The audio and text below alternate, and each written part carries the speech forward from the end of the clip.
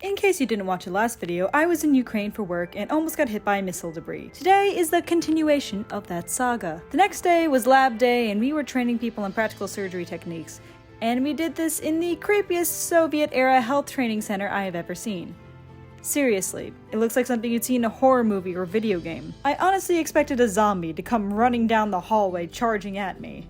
You can tell that things haven't changed since the USSR because everything is still written in Russian.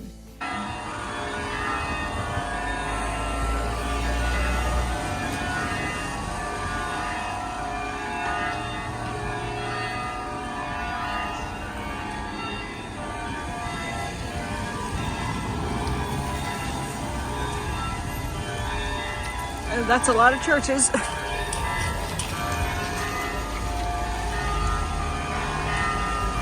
It doesn't even... This does not look like it's in the middle of a war.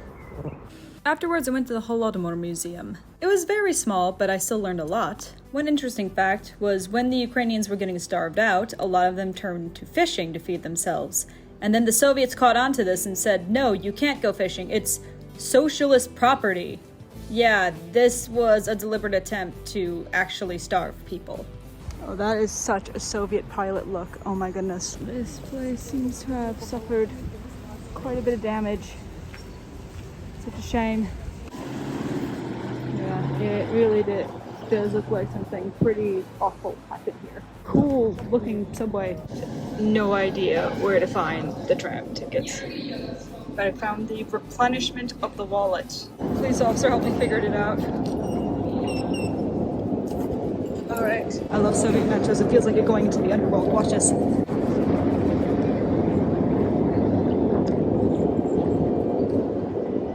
This doesn't seem very deep. It's so fast too. I love how fast these escalators are. All these escalators are like you're speed running your way down to the underground hell that is the Soviet metro.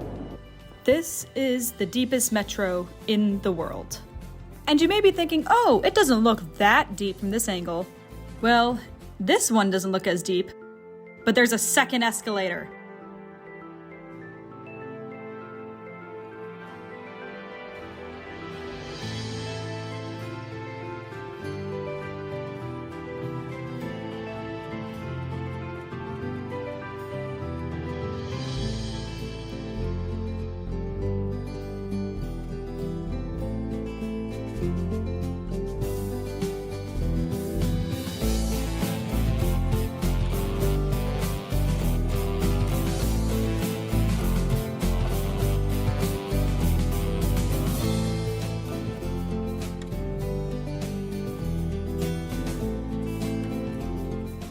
The subway was kind of like any other subway, except it was clean, and I was kind of having a good time, until I realized I was going across the river in the opposite direction that I was supposed to go. That definitely was not the right train.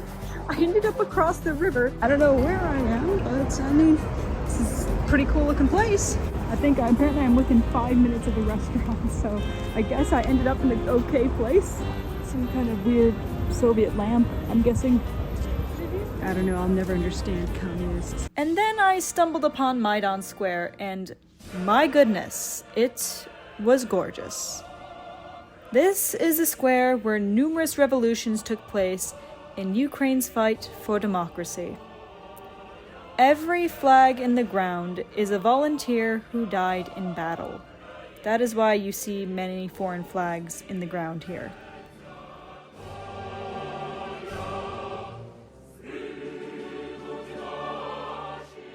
Patron. Saint Patron, oh my gosh. I was just walking here. I'm trying to find my way to the restaurant. I'm supposed to meet the rest of my company. And I ran into Patron. I am running out of battery. Oh my gosh. But this is so cool. I gotta show you guys. This is where Maidan happened. A pen that symbolized 72 years Ukraine being part of the Soviet Union. Then we went to a cool restaurant beneath Maidan Square. It has all these artifacts from all these revolutions that happened here. I think this is borscht number 4 I've had on this trip. Yeah. You missed today's lunch, borscht. I'd never do it again, but there goes the Lord again. with bread again. This is seasoned lard. I like that. You fundamentally change your attitude to lard. That is because it is seasoned. I didn't change my entire attitude. So this is herring paste, fish Yes. paste. Ah. You're not supposed to eat out of the ice cream cone, right? You can eat it like ice cream if you want. It's right underneath, right on top of here, where like all the major Ukrainian revolutions. It's so hard to believe.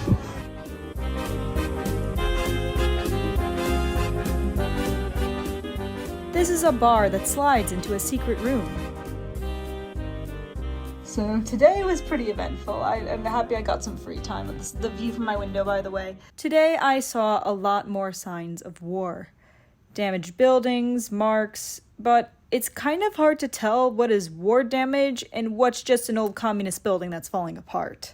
To be honest, I didn't expect to like Ukraine this much. Ukraine has a lot of cool things, and already at this point in my journey, I decided I wanted to come back. So far, air defense has been pretty good. Well, it has to be.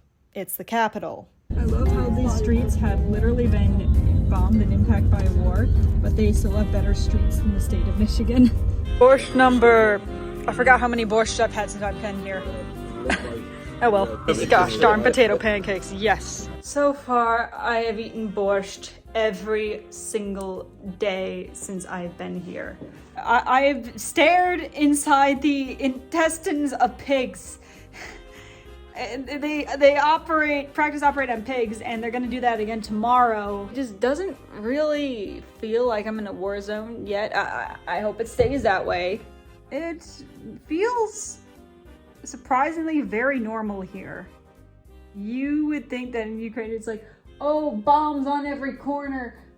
People are always constantly taking cover. It's like everything's destroyed, but no, it's not. It's kind of like every other city, except occasionally you just have like a siren every night or so, and most of the time you don't even have to do anything. Hopefully I get to come back in the future. Oh yeah, you guys saw that hospital, right? That is by far the creepiest hospital I've ever been to, and I have been in prison hospitals of former communist regimes, abandoned hospitals of former communist regimes. Technically, there's a small clinic inside the prisons, but yeah. One of the people I work with, she knows Tvorchi, like the people that represented Ukraine in Eurovision this year. She knows them. Like, apparently they were med students at the university she worked at, because like their songs on the background, the song's constantly playing on the radio, of course. That and Laureen's tattoo is everywhere on the radio. It feels weird hearing Eurovision songs on the radio again, because like I never get to listen to the radio anymore, but the song Heart of Steel has definitely grown on me at this point. There's so much I want to do here. I guess I just have to come back, don't I? Guys, it's really not that bad. It's really not bad here. I had a lot of fear, but now just like, I already feel comfortable here. I already feel nice. I already feel pretty comfy here. And except for the fact that I don't know the language and I can't get by with my Russian, actually. Maybe after Kyiv stops getting attacked, I might make a home there. I don't know. Might retire there. I feel like I could live here very comfortably on a US salary. Probably gonna be another air raid tonight, so I am going to relax and get ready for bed and enjoy some time while I can before the next siren happens.